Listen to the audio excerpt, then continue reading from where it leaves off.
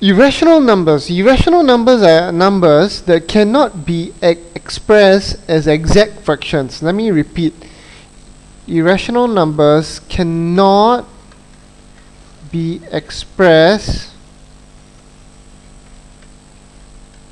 as exact fractions. Okay, examples of irrational number include square root 2.